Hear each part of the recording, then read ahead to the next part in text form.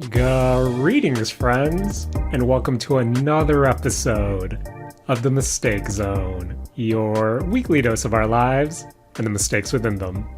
My name is Jaren Wade. Joining me, as always, one of my best friends in the whole wide world, Matt Alba. Hey, Matt. Yo. How are you doing? Yo, I'm doing good. It's great, Matt. Also joining us, one of my other best friends in the whole wide world. Hey, Rakush. What up? Cool. Super cool.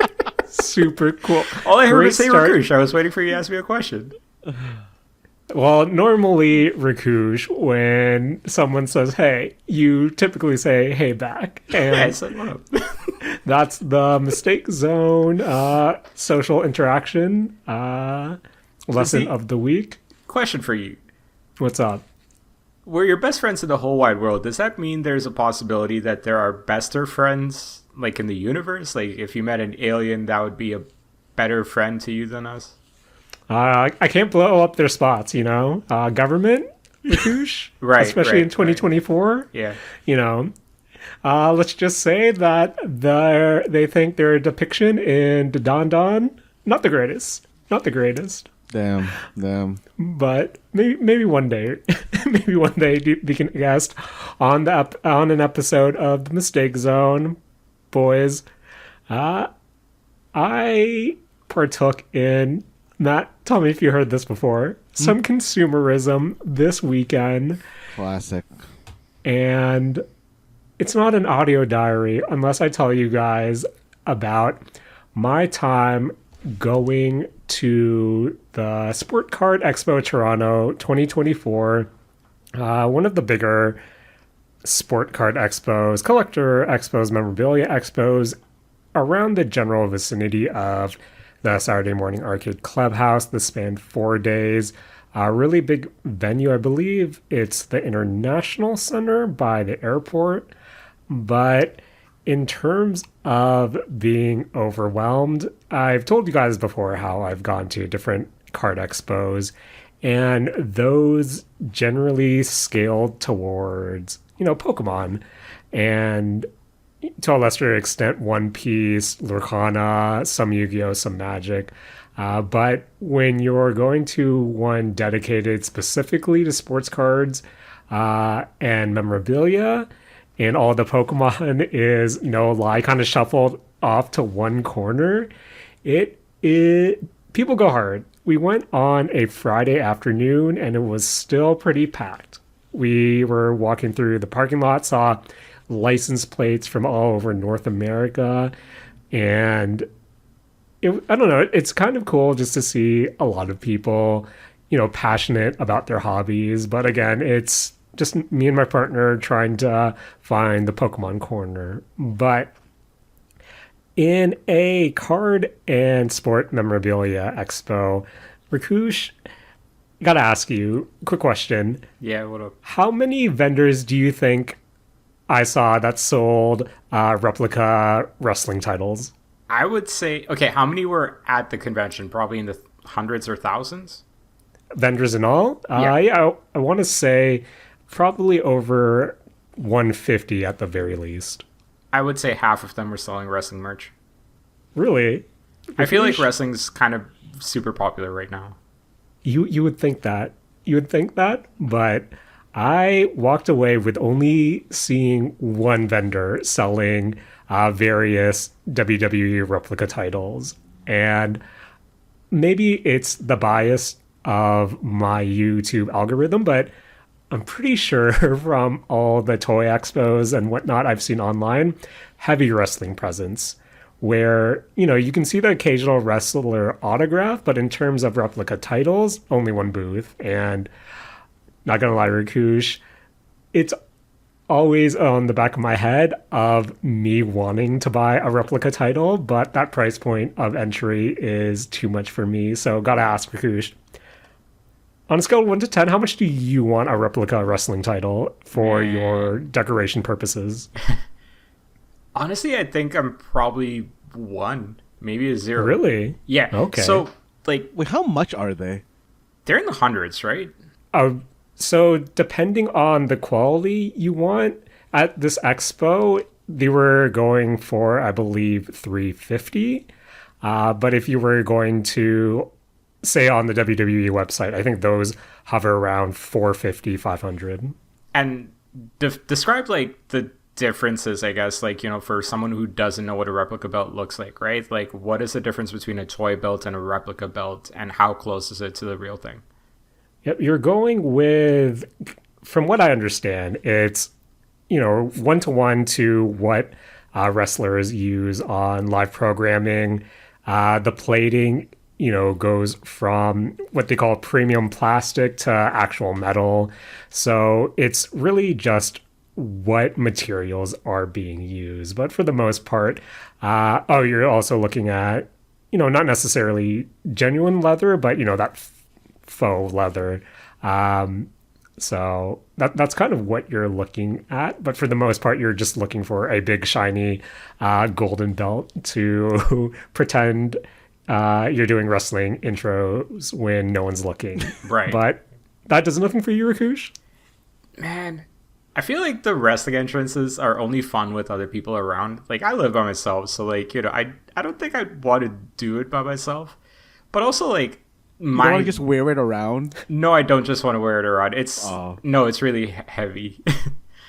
I'm trying to lose weight, not gain weight with a wrestling belt. That's just Goku training, right? With your weighted belt. Yep. The Rock Lee, yeah. Mm-hmm. Rakush, the image of you at the gym doing some squats wearing a WWE title around your waist or AEW title around your waist, I don't know. That means serious business to me. I'm imagining that, and it just feels super uncomfortable and painful. Where, like, the edges of the belt is just going to be, like, digging into my skin on, the sides and stuff. Yeah, no thank you. Oh. No pain, no gain, Rakush. That's what one of the top, tell me if you heard this before, one of the top 2019 anime told me in How Heavy Are the Dumbbells You Lift. Oh, man. A classic, Jaren, a classic. Always got to bring it back to 2019. But the Sports Expo, pretty good haul for us. My partner was able to get a lot of her Grail cards that she's been looking forward to added to the collection. And it was just nice to see all the different vendors. We actually saw a few vendors from the Expo circuit that we typically go to around the Mistake Zone HQ location. So it was kind of nice to see them and even be recognized. People going, oh, you're usually at these ones, so and then get that familiar discount for some certain cards. So it feels nice to be part of a community in that regard, a community of consumerism. So, Jaren, what's up? Did you run into the guy who gave you the hentai cards again, or no? No, not that guy. Maybe next time, Matt. Maybe actually, I've seen his booth around, but don't think he recognized me. Thankfully, Damn. Or he was too embarrassed to admit that he recognized you. I don't know. Sale's a sale, Rakush. Not that I bought any. Sure. Gotta preface that. Kayfabe, bro. But, Kayfabe. Fair enough. What about you, Matt Alba? What have you been up to this week? Jaren, I, in terms of consumerism, ended up on the Pokemon Center website just looking for some stuff. Yes. And I am deeply, deeply considering buying a bunch of the die-cast Pokeballs. Are those, how big are those? There's two sizes. There's a mini size, and there's the 1-to-1 Pokeball size. And I'm deeply considering buying the 1-to-1 original Pokeball, and then some of the mini versions of the Great Ball, Ultra Ball, and stuff like that. Oh, but fair enough. They're coming in at the minis are $70 or $80 basically, and then the full size ones are $130. So honestly, if these were cheaper by maybe 20%, I probably already would have pulled the trigger. Look up Etsy and see if they have 3D printed versions of these as well, because you might be able to find some cheaper. See, that's the thing. I also, after seeing those, went down the rabbit hole of looking up 3D printers. Oh, God. Guys, we need to get Saturday morning alumni Mark back on the show because he recently purchased a 3D printer and he's Ooh. been sending me some of his creations. And yeah, guys, Oh. 3D printing is wild. So, gonna add this to the show notes for potential future episodes if we can get Mark back. But, Matt, if you had a 3D printer right now, what would you 3D print? Dude, obviously a Pokeball. Fair. The amount of like Pokeball STLs that I've been seeing are pretty wild, and for like the very nice ones, they're all like pretty reasonably priced. That I wouldn't like feel bad buying them and like trying to put them together because they are also kind of a practice in painting, which is very I don't know appealing to me, and they I would say have more functionality than the ones that are being sold on the Pokemon Center Do you- site. Would you want to like hand paint them, or would they not be spray painted? Because something like a Pokeball to me seems like something you'd want to spray paint. No, well, yeah, I would like. I have my airbrushes and stuff still from when I was like painting my Gundams and Yeah, stuff. airbrush. So like, I would use those for if I were to like 3D print the things, and I don't know. I really kind of am interested in that because of all the innards that I've seen for like the Pokeball as well, which I think make them more visually appealing. Matt, when you said airbrush, you just reminded me of 90s airbrush t-shirts, and that's what I was hoping your side hustle was Oh, right man. now. No. I feel like Fair, I feel like you fair. can make a decent buck on like '90s air spray air paint. Yeah, like those Yes. T-shirts. The Mistake Zone merch is coming soon. But Rakush, before we get into it, what have you been up to this week, man? Oh man, more consumerism. Lots of consumerism. In fact, a little bit more than I would like to. Speaking of 3D printing, like I was actually Christmas shopping for like a gift. Someone who's into Pokemon stuff, and I saw actually something really cool. It was a 3D printed like Pokemon card. So I guess they like 3D print whatever card you want and stuff. It's just not painted, so you'd have to probably do all that yourself. But man, that concept, that looked pretty cool. Oh man. And I'm not even the biggest Pokemon fan, and I still was like, I kind of want these. I still haven't bought them. Probably won't go back and look for them. But man, like that's how cool they were. That I was willing to spend some money, show that off, even though I'm not really that much of an enthusiast. And Okay. yeah, like beyond that, just new place, right? So trying to decorate that up, showcase a bunch of stuff that I don't know. It's been a couple of years since I've actually been able to, like, for example, display my comic books. I every now and then get this idea in my head that hey, I can probably look after a plant. So I picked up a couple of like succulents this time, and gonna Oh, try to man. keep them alive and not kill them this time. So we're gonna start doing a is your plant alive check-in on Mistake Zone? I have 2 plants, and then I've also found out there's something called dried flowers. At 35 years old, I found this out, but apparently you can just buy those and put those in a vase, and that also adds like some color to your room, so that's cool. And I'm trying to pick up like a bunch of like. So I've been on like Kijiji and Facebook Marketplace a lot the last month or so because I've just been looking for like odds and ends for this new place, but also just looking at like any kind of cool art books or like any manga that I'm missing. Anybody listening to this, I am looking for 4 volumes of Lone Wolf and Cub that are very difficult to find online right now, so please hit me up. And then just buying like prints and like finally putting up some like photo frames and stuff all around the apartment. Waiting for Black Friday to pop up because I also need to pick up some contraptions to frame up a skateboard that the backboard was designed by the artist who did the Lee's Palace front. Jaren, you might be familiar with that, and also did the intro for Rap City. So Oh man, that's a pairing of words that make me feel a certain way. it's a certain way, right? Yeah, like that's a lot of just kind of like what I've been looking into is how to like finally display a bunch of these things that I've had for years, and this place is coming along really nicely. Like I put up some very unusual, but I put up some magazine racks in my place as well. And Jaren, What? we were talking about wrestling merch, right, Jaren? The thing that I'm actually into with wrestling right now is like wrestling magazines. So Matt, like when we went to Japan, I hit up that pro wrestling shop, and they just had like this massive backlog of magazines, like Japanese wrestling magazines. So I have those displayed, and yeah, man, it's yeah, I'm pretty happy with how things are turning out right now. But yes, the consumerism is definitely running rampant. Yeah, it's how we cope, boys. It's how we cope. Shopping therapy. Yep.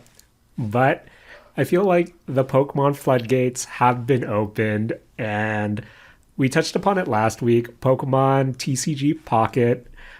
Still trying to remember to log in on the daily for my packs, but 1 week later, are you guys still playing this game? Yeah, I think I'm actually playing this game more now.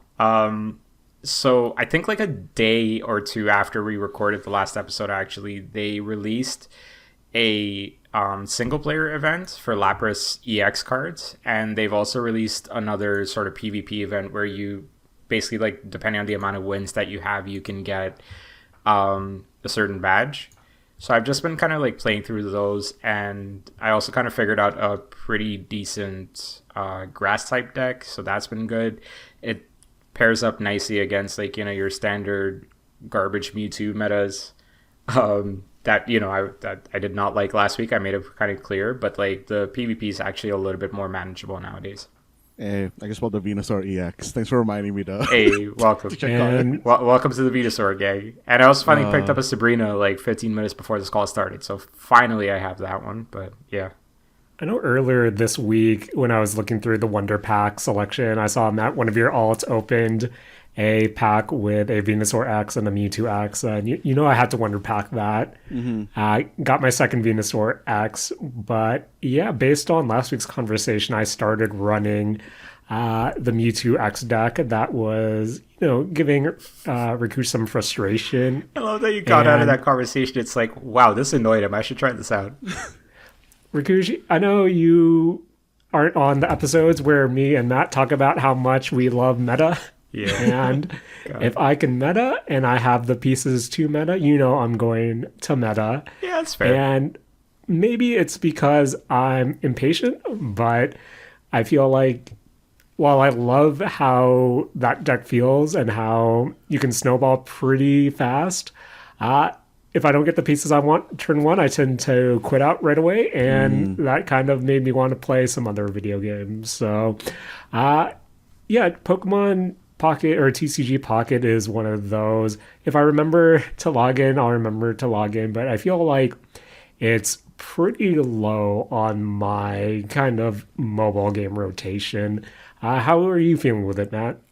I'm really in here just to open booster packs. Fair. Because, like, I'll be honest, like, even on the event that Rakush was talking about where, you know, you kind of have to, like, rack up wins, I really have just been going through that very slowly. Just kind of doing the battles that I need to do to get the hourglasses. And because to be honest, I don't really like the battling in this game. But maybe it is because I'm playing, like, that, that, like, Pikachu X rushdown deck. Right. And I don't know, maybe it doesn't. I feel like the games are too short to feel interesting for me. Where, honestly, I know it defeats the whole purpose, but I was pretty disappointed when PvP didn't have an auto battle option because if I can mindlessly click enter and put on auto, I'd be quote unquote playing this game a lot more. But Matt, why aren't you running the main key deck? I don't have all the pieces for the Mankey deck properly. I really just have like the Mankeys and the support cards. I don't have any good secondary supporting Pokemon to run with it. Okay. And Rakush, since I feel like you're really into it right now, you know, after a week with the game, so much longer, we have some of these new events, specifically the solo battles and even the PvP stuff. In terms of the future of Pokemon TCG Pocket, what type of events would you want to see to really keep your interest in it? That's a good question. I think like these EX events that they're doing, like the solo events, I think that's an interesting way to go. Just so you Hmm. kind of provide people a decent opportunity to pick up at least one EX card, right? Like I'm sure at this point everybody has more than just one, but yeah, like you at least want to kind of like it's Nintendo, it's for everybody. You want to make it a little bit easier, so I think that's nice.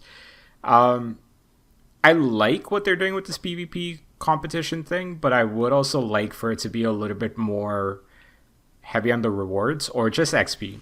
I think one of the most annoying things is the PvP stuff can take anywhere between 2 to like 6 to 7 minutes, right? Like these are just random numbers, yes, but like that's kind of my experiences. Typically, it'll take that long.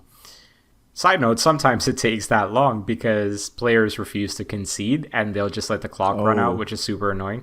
Those ones you just kind of got to be patient and let the clock run out on them and then you get the points anyways. But if you lose the PvP battles, you get no XP. I don't expect rewards from that, but not getting XP I think is still of a bummer because you're spending a lot of time in PvP trying to level up, and those like minutes accumulate, right? Like if you're playing like 5 of those, then yeah, like that's half an hour of just like playing games, right? And getting nothing out of playing that game. And I'm not saying like, I have half an hour to play it every evening, although I sometimes just play it while things are playing in the background and stuff like that. It's a little bit annoying to have to go through that experience. And also, I think they're going to have to be a little bit more regular with these events as well. They've been fine so far. If they keep up this cadence, I think it'll be okay. But yeah, I think they definitely need to keep the events going to keep the interest in the game alive. I did see some leaked info that apparently the next booster might be next month. Because I think we're on 1A right now. Apparently, there's a deck A1 or something like that next month. And then there's going to be another series of booster packs coming out in February. And apparently, that's going to change up the game meta and stuff as well. And hmm.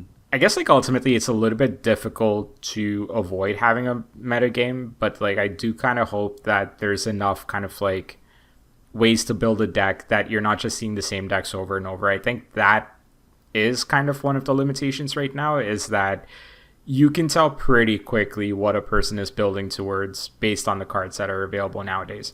Yeah, I mean, like once you see their opening Pokemon, you can basically predict the whole deck archetype, right? Pretty much, yeah. Yeah. And like Jaren said, like you can tell pretty quickly when you need to like quit out of a game or concede a game. I've been doing that quite a bit as well, just because like I don't see any benefit in prolonging it when I know for a fact like yeah, this is either gonna be like a drawn out win or I'm just gonna Hmm. lose in like extra time. So it just makes sense to like sometimes like quit out and like start a new game. And I think like a little bit more variety would definitely help with that stuff, which it currently is understandably missing. The game's only been out for what like 1.5 weeks, so yeah. I mean, I'm still kind of surprised at the amount of different decks that I see in the PvP. Granted, there is only like when I'm looking at the major archetypes, there's only like 5 or 6, but to me, 5 or 6 seems like a lot for this point of the game. Yeah, especially since it just launched, Yeah. really, essentially. Sure, you had the soft launch for maybe a month longer, but yeah, in terms of maybe it's just because I played my own fair share of digital card games, but I feel like meta stagnates like pretty fast. But for now, it still makes me pretty happy when if I do decide to do a PvP game, you still have that mix of oh, someone's running meta, but then you have someone who's basically trying to build a deck themselves, throwing what cards they have available. Probably a 10-year-old Oh who man. has to face off with a turn one Mewtwo, but got to teach them at some point, right, Oh, Matt? guys, I feel so bad when I fight somebody new who's very clearly new at the game, because you know how you can have like your little flair thing to say something like right at the Yep. start. Mine is I'm new, so go easy on me. And then when I Yep. see, I remember one of the early games I started playing in this event was somebody using the starter pincer deck, and I just rushed them down with the Pikachu, and I just felt so bad. You're the problem, Matt. You're the problem. Oh man. Oh man. So, going back to the meta thing right quick, right? I think what gets tiring a little bit is that yes, like you have a different bunch of archetypes and stuff, but what's happening because of the Lapras EX event is a lot of folks now have a good water deck, which makes your fire deck kind of irrelevant, at least for the current event. And then the dark decks, I have not seen great dark decks yet, because that's a good counter to your the Mewtwo Psychic decks. It's also a good lockdown against or it's also a good counter to the Pikachu decks, by the way. Yeah. Yeah. I've seen, I think the ones that I do like the Dragonite decks are pretty good as far as like variety is concerned, because there is something just inherently unique to how you're building that deck out. I have seen some folks build a Gyarados deck. That was nice. That was interesting because Gyarados' ability, I guess, is taking away energy from the target Pokemon. So that was an interesting wrinkle there. But predominantly, yeah, I see like Pikachu Rushdown, Zapdos. I see the Psychic ones, the typicals, and I see the Water decks. So yeah, like I think it's just knowing that the variety exists, but the quote unquote meta isn't fully allowing those decks to flourish right now is kind of what I feel like. I hope it improves in the next month or so. Yeah, it really depends what kind of cards they introduce, but I feel like it's the same with any new PvP game, really, when you get down to it. You know, your first week or two, you'll have everyone experimenting, but the longer you stick with it, the more that meta kind of settles and the deck variety, lessens. You would hope that if they do introduce a proper ranked system and then have a casual playlist as well, that would help. But I think in terms of events, something that I would like to see would be something akin to, I don't know how it would work per se, but something akin to a drafting mode, something akin to Hearthstone's Arena, where you are kind of drafting at random, depending on how many packs you're opening or whatever, and maybe going from there. But yeah, if it is something constructed,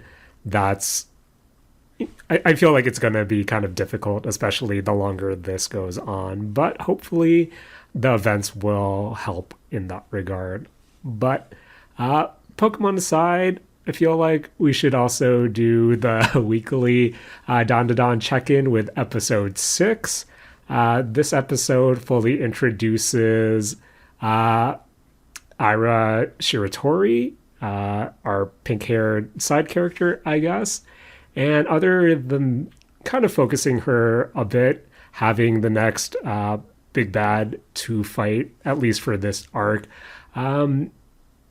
Shiratori's character archetype of that delusional righteous character is, I don't know, personally one of my fan favorite archetypes whenever I see that character, mostly just because in their delusion, they're just immediately super unlikable, but it usually builds towards a point where they realized their, mistakes, start to buddy with your protagonist, but still have that level of delusion to their character, where I'm hoping it goes with Shiratori. But other than that, I really did enjoy this episode. Good amount of action, and I think that mother character or demon or yokai was really great. So did any of you guys also watch episode 6? I mean, I did not. Rakush? Okay. Yeah, I'm fully caught up on it. I'm probably going to watch it throughout the season. Okay. I think they've convinced me that they know what they're doing with the series, and beyond just like the animation quality, I think they actually have like the tone of it down perfect. So yeah, I'm pretty sold on watching it week over week. Okay. It's tricky trying to like talk about it though, because I am fully caught up on the manga, right? So like I think like there's a lot of cool things that they're doing. I'm looking forward to what's going to come up, but I also don't want to like skew opinions on anything that's about to come up as well. So it's kind of like walking that like, thin line of like, it's cool, I don't want to spoil anything. So yeah. Fair. But in terms of the adaptation itself, 6 episodes in, I guess my question to you as a manga reader, you're saying that the adaptation so far has been pretty good. Has there anything been kind of missing or left out that you've noticed, or is it still pretty, uh, reliable towards the source material? I think it's been pretty reliable. I think this is one of the few times I should say, sorry, that like I have been caught up with something that just gets an animation, right? So the last couple of times, yeah, like I go back to Chainsaw Man as an example quite a bit here because there was clearly something there that I felt was lacking. Not just like stylistically, but tonally as well. And it just doesn't seem like anything is missing from Triple D here. So Triple D, I said that as if it's diners, stars, and Yeah, diners. But that's yeah, what I thought of at first too. as soon as I said that, I was like, wait, why did I say that? But yeah.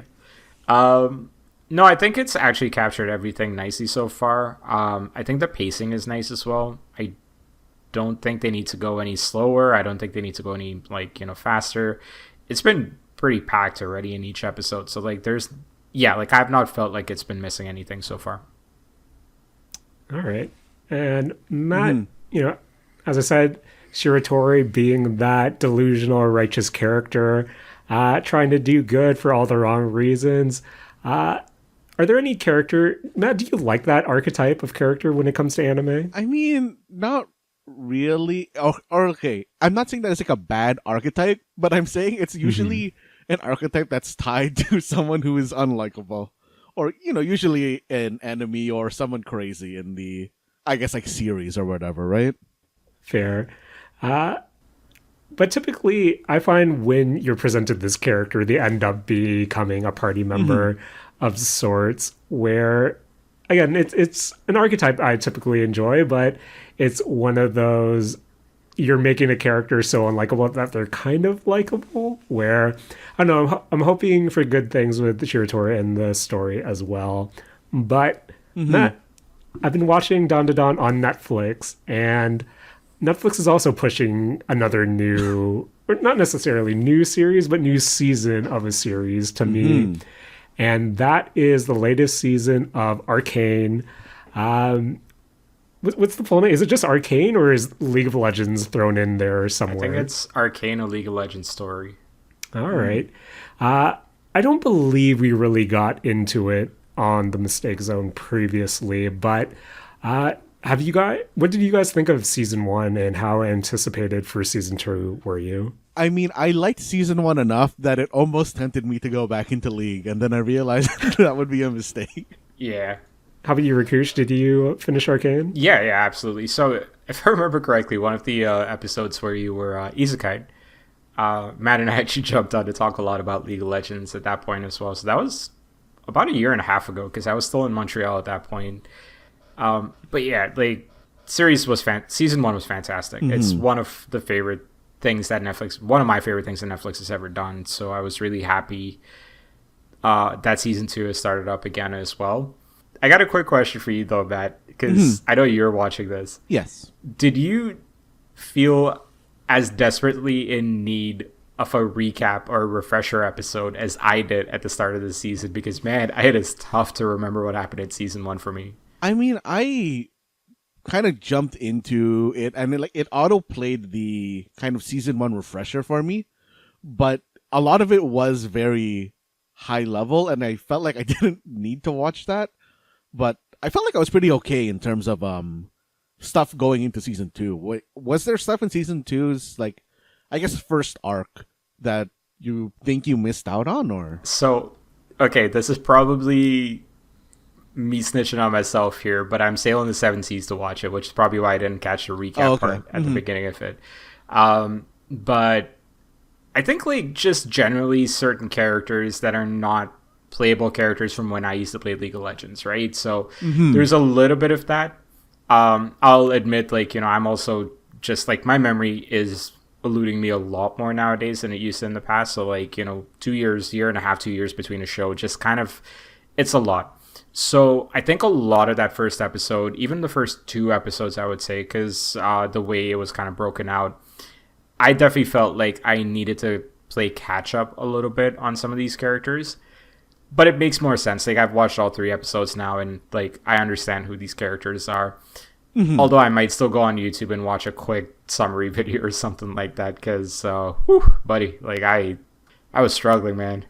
I thought like really the only one that stood out to me as being a weird character that was never mentioned in the recap was the what do you call it? Chainsaw Girl. Chainsaw Girl was the only one who I thought was like a weird character that they didn't mention, because I feel like that is the one that would probably be the most who was this character kind of like person in the series or in the first arc. Yeah, I think just like the side characters is where I'm struggling a little bit generally, right? Like the main characters, it takes a few minutes to figure out. Of course, there's your usual suspects as well, so like that was fine. It's really just the side characters that are becoming slightly more prominent this season, with the plot kind of expanding into like, Noxian plot lines and stories and stuff like that as well. So that's where, it definitely took me a minute to figure it out as well. This series is also interesting because it's a rare instance where, and they might have changed it since the last time I read this, but they've said season 2 is the final season. Yeah. So like there's actually not going to be a continuation of this past this point, except it's so popular that I'm a little bit surprised that they're already calling it the final season. Like they're not trying to expand the story or extend it or anything like that. And do you think they're going to have a clear ending, or are they going to set it up to have more like blank a League of Legends story kind of like spin-offs? Yeah, I think that they are going to have a clear ending to the Jinx Vi story. And then they are going to do, another a League of Legends story. Because I feel like I wouldn't want a third season, I think. Just because of how rich and, vast the League of Legends champion pool is, I really would want, hey, this was the Piltover Zon story, and now we're going to go move over to, like, hey, actual... Like Noxus, some other Demacia. place. Yeah, some other places. Yeah. Is it Ilario, or like wherever the... I don't know how to describe this, but the characters inspired by Asian culture come from. Oh, I can't remember the name of their area, but I would like to see, like where, Shen and them are hanging out, or So Shen, all of those characters. Yeah, see like Ashwell Noxus, or honestly, I don't think I would want a full series of this, but maybe a mini series of what is the name of like the races of like Heimerdinger, Teemo, those like the Yordles, like seeing how the Yordles do stuff, or seeing the like how Bilgewater is doing stuff. I feel like that would be a very strong area. I genuinely feel like if Bilgewater has, I think they've given the most attention outside of like the Zon Piltover story. I think they've given a lot of attention to the pirates and like just like Gangplank, Misfortune, and those characters as well. Yeah. But I kind of want to like bring Jaren into this conversation as well, because Jaren, I know you haven't really watched this series. Was there a reason you didn't get into Arcane season 1 by any chance, or did you watch it?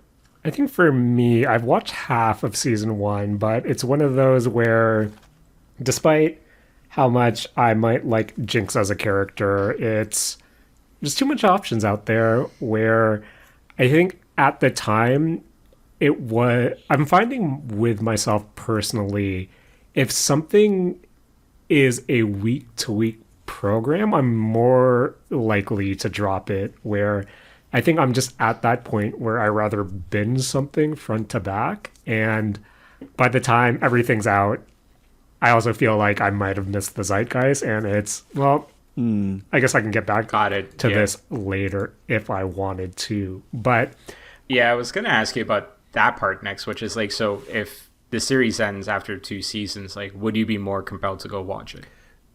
I don't know. It's weird because, again, I told you how, with Jinx being a character that is more up my alley, I would be more inclined to watch something like this. But I think to your point, Matt, about potentially spinning this off to different, characters, to different stories, I think with just the rollout and the popularity, it does remind me a lot of Edge Runners and how even though David's story has been told fully there, they are exploring a potential second season, which can lead to, that idea of, Tales from Night City, and with the popularity of Arcane, just because, not following it myself, just seeing how much people have come to love these characters and engage with a story or a lore that they might not be able to do with the mainline League of Legends game, just because of that barrier of entry to experiencing that product. It would be wild for them not, or I'd be so surprised if this didn't spin off to other stories, just because, again, Netflix going pretty hard in promoting this, I feel. But in terms of the episodes released so far, how does the quality kind of stack up to that first season? And I guess once episode 1 starts, how much of it is continuing off the finale from the first season, or is it more so time gap into something a bit more standalone? I mean, in terms of like how far it is away from first season, the way that first season ends, it ends on a cliffhanger, and this picks up just like immediately after. So it's like seconds after season 1 ends. Okay. And Rakush, I don't know if you feel the same way as me on this, but I feel like maybe because this is the first arc, I felt it was kind of weak. But probably because it was just, setting everything up. Because I also felt like the first arc in season 1 was the weakest one there as well. Yeah, I don't know if I consider it weak necessarily. I think I was already in the mindset that, like, yeah, this has to set up the end game, right? Because, again, we know, like, this is the final season. We know there's a limited amount of episodes left to tackle everything that was kind of built up in season 1 itself. And they've used the first 3 episodes, I think, to set up the rest of the series very well. All of your lead players now are in strong positions as characters to kind of like, complete that story, to complete their individual story arcs as well. I think they're all in a pretty good place. And I also just kind of like how they have introduced little bits of like, Noxian elements are obviously like a little bit more prevalent early in the season. But I just kind of like that they're introducing a little bit more of like the mystical stuff, as opposed to just like, the steampunky nonsense. Sorry, I shouldn't call it nonsense. The steampunky stuff. Like, it's nice. It's just like, it's not my favorite thing from League of Legends lore. So it's nice to see them kind of like, expand that out a little bit more. Introduce a little bit of like, that supernatural kind of element to it. Which, I'm just really curious to see how that plays into the end of this series, or if that's being done for what we're assuming is going to be a spin-off series. Yeah, like, to be honest, I'm actually surprised at the choice to potentially be bringing in more champions into the story. Yeah. That they, like, basically had not mentioned, or, I mean, I guess they were hinted at in, like, season 1, but to more directly bring them in now seems interesting to me. I think you need some new characters, though, right? Like, I think doing, like, what is it going to be, 10, 12 episodes of a season like this without any new characters, it, from a simply, like, League of Legends fan point of view, I think it would get a little bit annoying. And at the end of the day, like, we do have to keep in mind, like, of course it's going to have Easter eggs, and of course it's, like, predominantly, meant for the League of Legends audience, right? So of course you kind of want to pander to them just a little bit as well. So I get like adding new characters, and none of the characters that have been added so far to me seem major.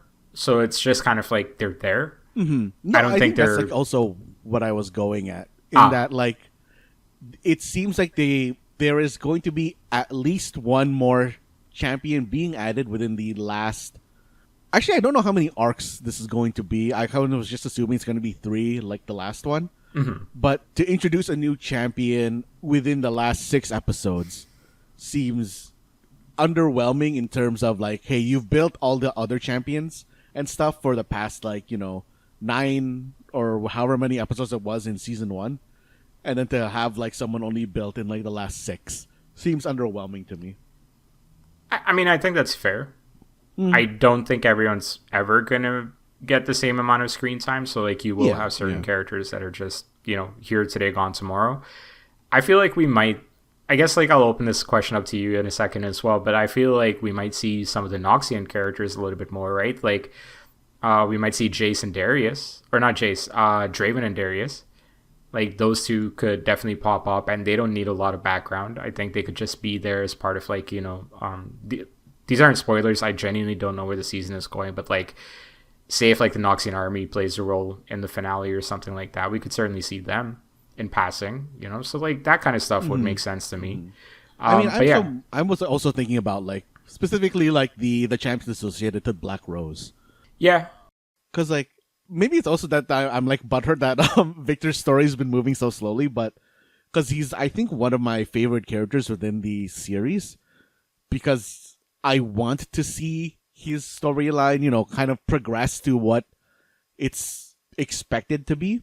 But also, I like all the champions in the Black Rose, so for them to also get, I guess, like a shunted amount of screen time makes me internally like butthurt and sad. Fair, yeah. Hey, this is fanboying, right? Like not in the traditional sense, but that is, like I get it.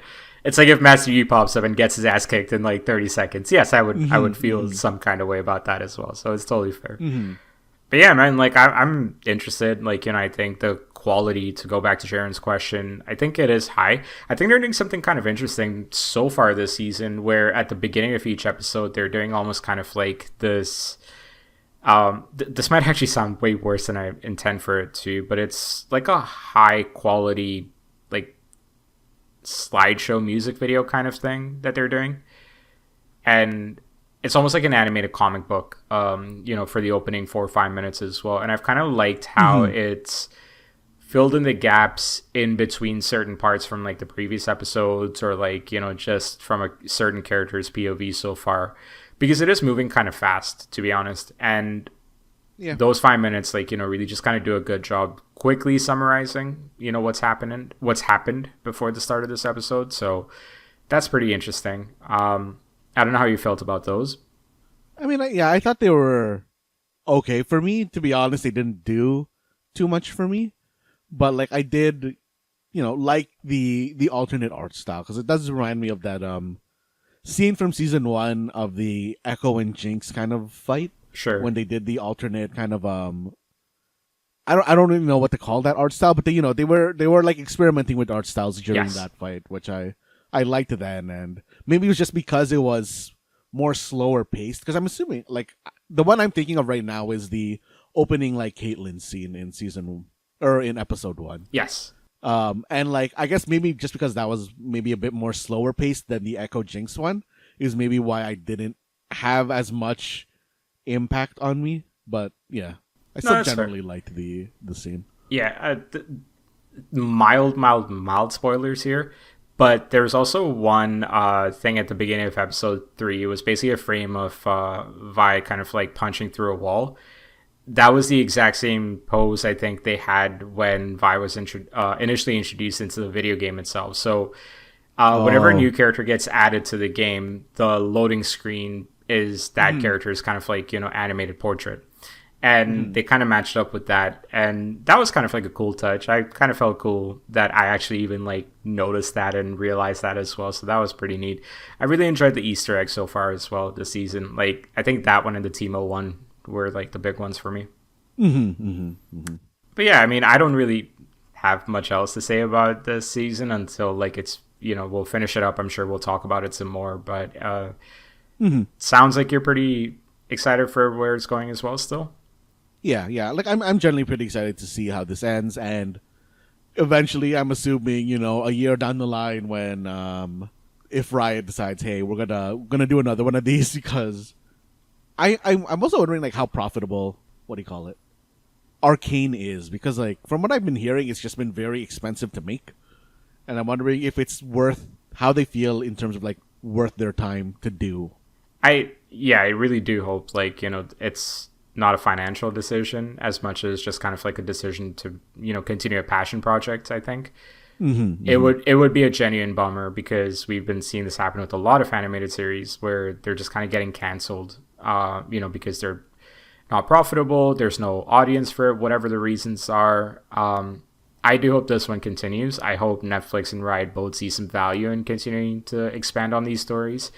But I think also part of it, yeah, I mean, the sad reality is it is a business, right? Like if Riot decides like they're not seeing, I don't know what, like, to go into like, annoying corporate terms, but like I don't know what their KPIs are for this shit, right? So it's like I hope they continue it. Same.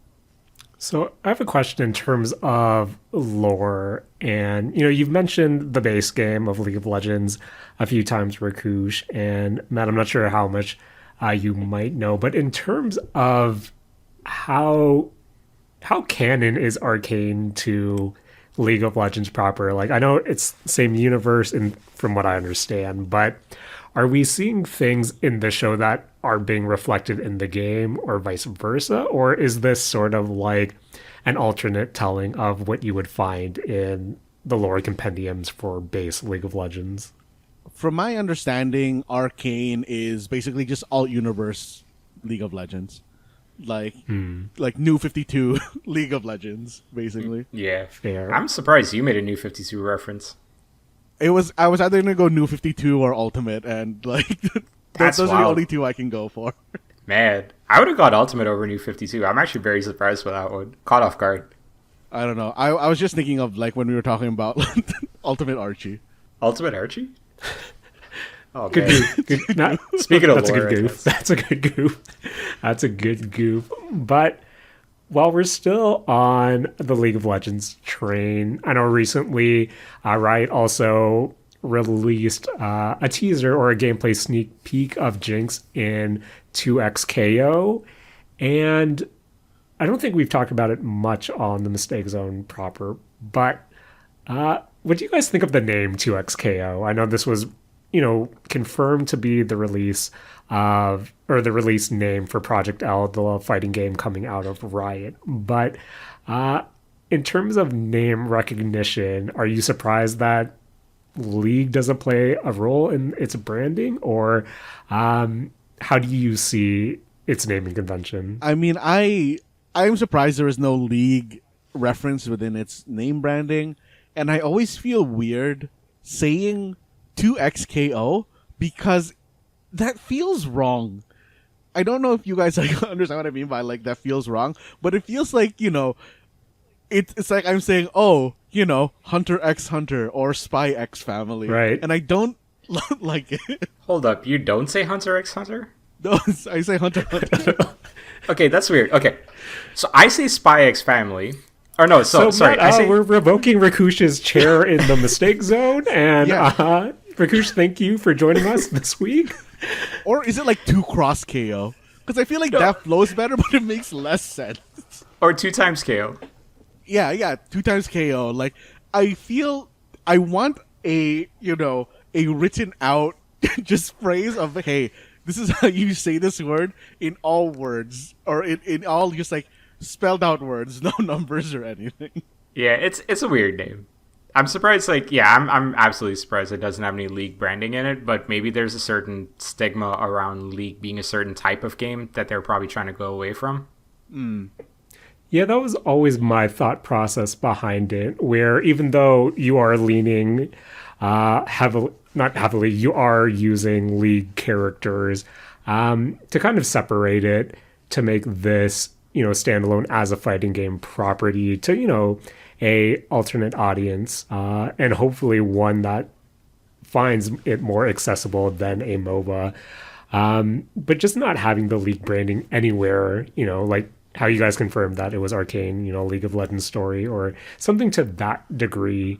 Even having Legends involved in some way, I'm also surprised that's not the case, where regardless of its pronunciation, I feel like its name doesn't, it feels like that this name belongs to a game of a different aesthetic, if that makes sense, where maybe it's just how long League has just been in that, cultural recognizable state that you associate it with specific looks, specific art style, even specific themes. Where I don't know, I feel like 2XKO, 2XKO, whatever it's called, doesn't necessarily fit well, but more so speaks to the mechanics rather than the actual property itself. Are they? But Sorry, again, is it supposed to be double KO? Ooh, double KO Could could be. be a better like rollout name. I mean, man, I know with the magic, not the magic, the actual editing and production, we could probably just look it up. But I think it's more Yeah. fun this way. But yeah, this is the first time we've seen. I believe the last time we saw Jinx gameplay was when they actually showed off the game for the first time. So I guess just to coincide with the Arcane release, here's another look. More fleshed out, I'm also guessing. But in terms of the game itself, is this something you guys want to check out? Do the gameplay mechanics of it being a proper 2v2 do anything for you? Or is that something that might actually turn you away? Bro, it's a fighting game. There's no chance I'm trying this out. Fair.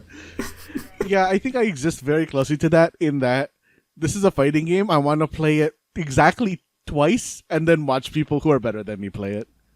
Big fair. Big fair. But yep, I believe that's the League of Legends corner for now, at the very least. As you said, how many episodes are out for Arcane? Just 3 right now? Yeah, 3 for the second season, and then I guess like all of the Okay. first season. Fair. So yeah, something to kind of check back. Oh, Matt, actually, one more question for you. What's that? Were there any scenes that were made by the Promised Neverland people? I don't think so. I don't think so yet. I feel like there could be Okay. some later, but not. It's too early in the overall story to have some Wait, Promised what's this Neverland relation twists. to? Oh, how bad the second season was? Rakush, the first season, amazing, incredible. Yeah. Some really good production there. Yes. From 2019, if you would Yeah. believe it, the golden year of anime. Don't talk about the second season. We don't talk about the manga past the first arc. Goldie Pond was okay. It was Barely okay but in like the I don't think manga. it was good. Barely okay in the manga. But kind of wrapping it up, Matt, just as Dandadan has found a regular place in the mistake zone, how has Zenless Zone Zero been doing for you this week? Oh man, Jaren, we finally have Yanagi in the game, and Yanagi is really good. Matt, I failed the 50-50 yet again. I can't do it just because Miyabi is around the corner. But in terms of Yanagi, how is her playstyle and how does she fit into your current team roster? So, Yanagi's playstyle is, a bit more involved than my usual hypercarry of Jane, where you are now focusing a lot more on following up your basic move combos with your special moves to switch her stance to, keep buffs up, and then her EX special is providing a different buff that you need to upkeep, and it shortens her basic attack combo, so you have less time between your, non-EX specials to switch her buffs, and she's really good. Her playstyle sounds complicated, but once you get into the flow of it, I think it is, honestly, I feel like better than, for me, Jane's, where the playstyle has enough variability to it where it feels good to flow between all of these stances. All of her moves flow together very well. It has very good... I think for me, like, Yanagi's kit is based around the creating disorder. And the disorder sound effect for me is just so good. And hearing that over and over and over and seeing how, with the leaks, like you said, how Miyabi's coming out, how well she is going to work with Miyabi, who I think I guess... No, don't say that, Matt. Don't say that. You can't say that. Jaren, I'm going to go into, I guess, like Miyabi leaks right now. Miyabi, what do you call it? is a character who is going to have charges that, kind of restore when she gets, when certain things happen, she gets like a charge of a thing back. And then you expend those charges to do her big moves. But one of the ways that you get her charges back is to trigger Disorder. And since Yanagi can specially trigger Disorder easily, she is probably going to work very, very well with Miyabi. And Miyabi looks crazy, Jaren. I don't know, Jaren. They are both part of Section 6, and yes, it seems like the way that Hoyo designs their teams is that they should work well with their other team members. Yep. And so we have Caesar and Bernice. We have Jane and Seth to a lesser degree. Yeah, yeah. But Matt, I think in terms of Unagi and her combos, maybe I'm a small brain who can't pay attention. Hence why I haven't finished Arcane. But I was kind of hoping for something akin. Doesn't make sense from a lore standpoint, but I was hoping for something similar to Grace, where I build up the meter with my basic, and then it tells me when I should hit X, because having to keep track of how many times I've hit X and when I have to hit Y as Unagi, too big brain for me. Too big brain. Honestly, Jared, I don't even think if you wanted to go into like a very basic, I guess, like attacks thing for Unagi, I think is basically just reverse of Grace, where you watch her buffs in the top of your screen, and then when they run out, you just hit your buff button and then refresh them all, and then you mash your basic. Like, I think that's all you actually need to do. What I'm saying is I want the game to play itself like all the other mobile games that I currently play. But Matt, there's also one more thing I want to touch on briefly since we're running a bit long. And that's the part of the new event is a new Hollow Zero. I guess not necessarily game mode, but, for when the game said that they would, tone down the exploration, the TV scrolling or whatnot, to have a mode kind of dedicated to it that strips away the actual character action gameplay. I'm actually a really big fan of the Fault, or whatever this event is called, where this is a alternate hollow exploration where you are just moving across the the exploration TV screen, quote unquote, gameplay that we saw in the early story chapters of Zenless Zone Zero. But my only complaint is, Matt, I feel like the rounds feel too short. By the end of a floor, I feel like I'm really have built my characters in a way that they should be able to do damage, and at that point the floor is over. But how are you feeling about the faults of the new Hollow Zero event? I mean, I'm kind of neutral on it. I think once I found out how to break it, it became a lot more boring. Yeah. But I think the mode has legs, but I think it needs more precision for me personally. I really, really wished that this mode more so acted like a tactics game rather than, kind of like I don't actually know what to call this kind of game. Like, it's not a sliding I think it's just puzzle. Like pure exploration at this point. It's a weird unit building, but there's no actual strategy to it. Yeah, like the gameplay style for me is a lot like a rhythmless version of Crypt of the Necrodancer. Like, where you are kind of just walking around and you mash yourself or your friends into enemies. Fair. And I feel like I just wanted more depth out of this this game mode, because like by the end I was actually like really, really done with this game mode. I think an endless version would have been more interesting, just to see how crazy Nicole could have gotten by the end of each run. Right. But like I wouldn't mind if they kept adding, like a section or two every major patch. But I don't know if I would want to do this amount of Yeah, Arpeggio there's a lot Falls of again. floors. There's a lot of floors. Mm-hmm. And I guess, real quick, Matt, have you been doing any of the tower stuff that they also introduced? Yeah, I did a bit of the tower. I haven't pushed into any of the really hard stuff. It makes me really regret not buying into Caesar at the start, but you know, I had to go in on Bernice. Who, Jared, I'm really bad at running Bernice properly. Same, Matt. Same. But whenever she says being happy is what counts, that makes me real happy. Makes me real happy. Rakush, how likely are you to play a character gotcha game? I'm playing Pokemon right now, actually. That's not a character gotcha game. That's a character gotcha game. That's a card There's collector characters. game, Rakush. Okay, no, I mean, I've also played a lot of gotcha games in my past.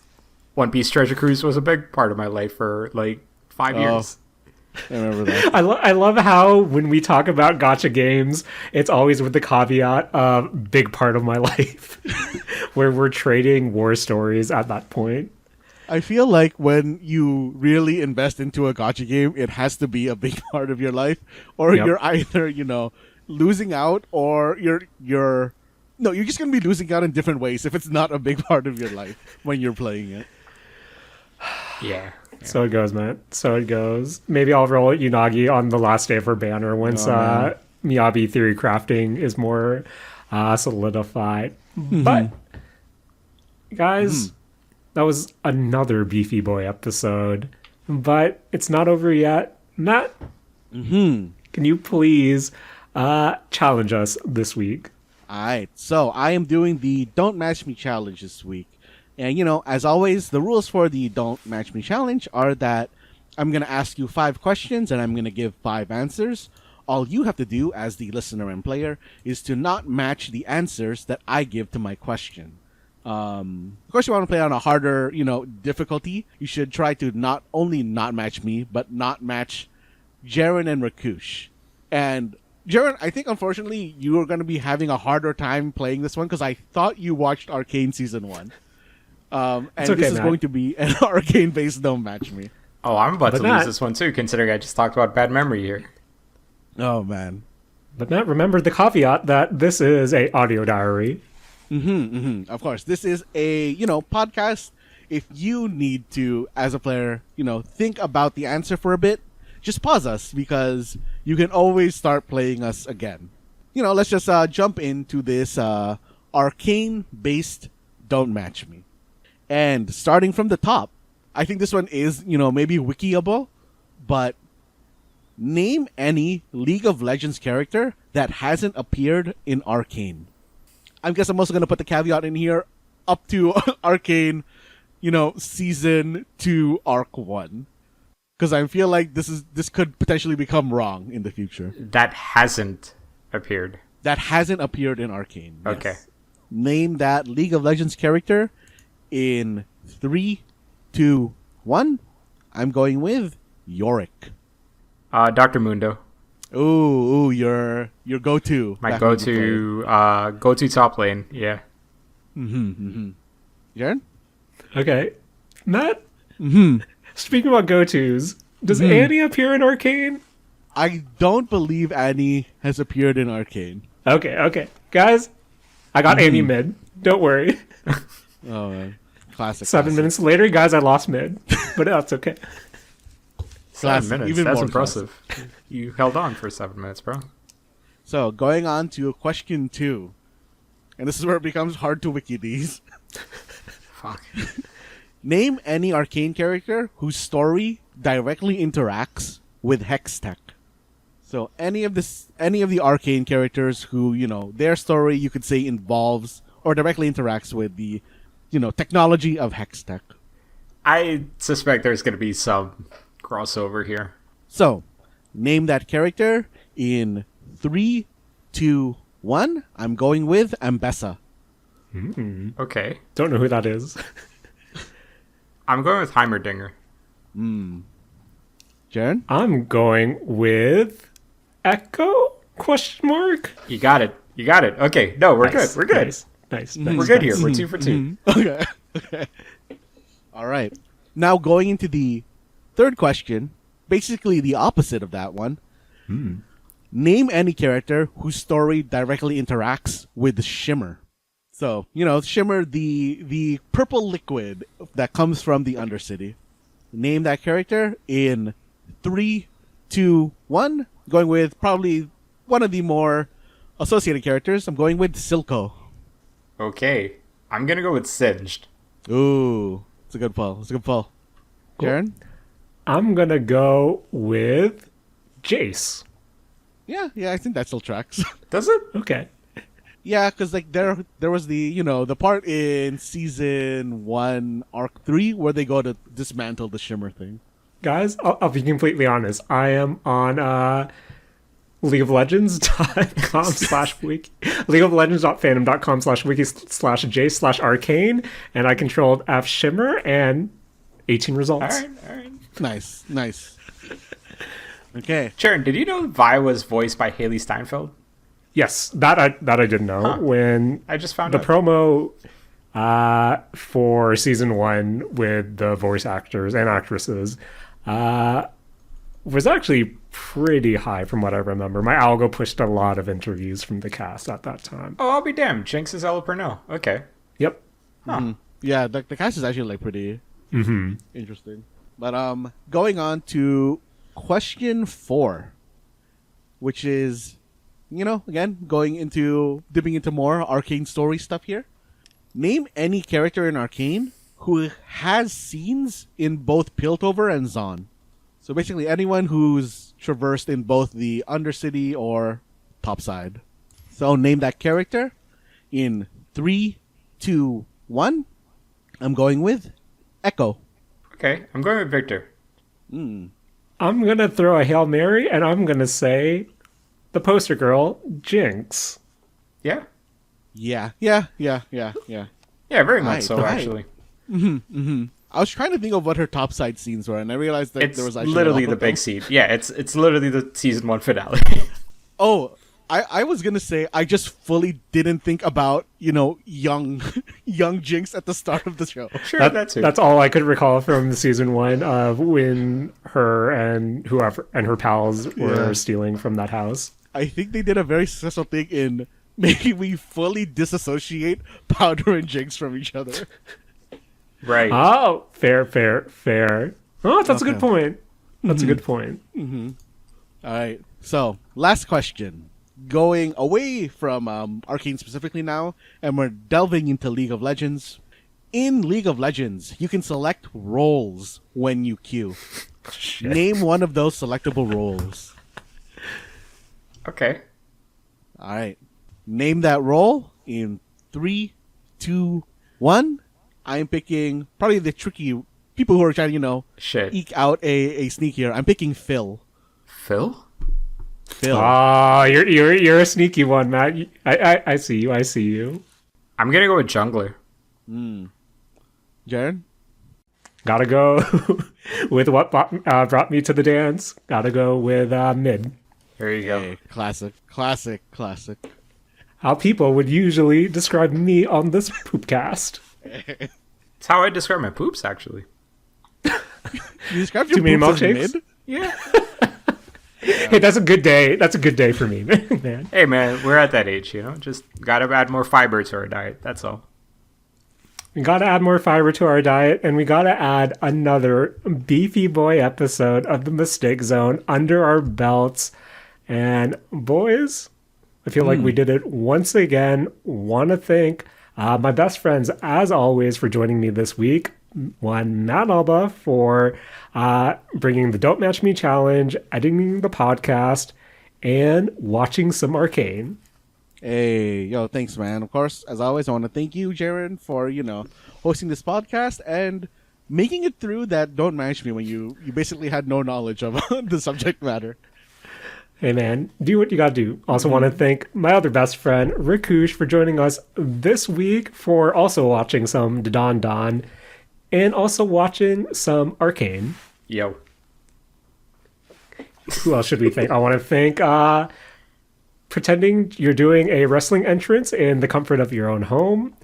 I want to thank getting your own personal grails for your own personal collection.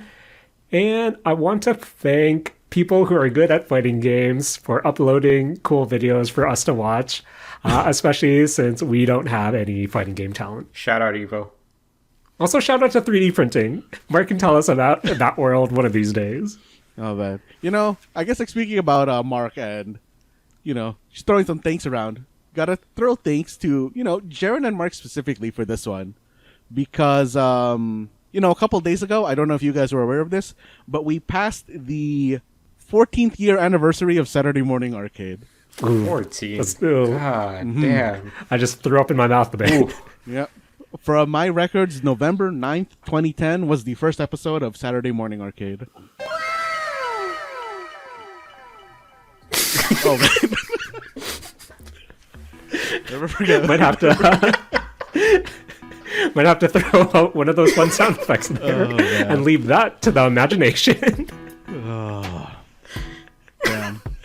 Matt, take it away. This has been the Mistake Zone, and we're all out of X's and Hunter x Hunter. No, but seriously, it's Hunter x Hunter, right? It could be whatever you want it to be, man.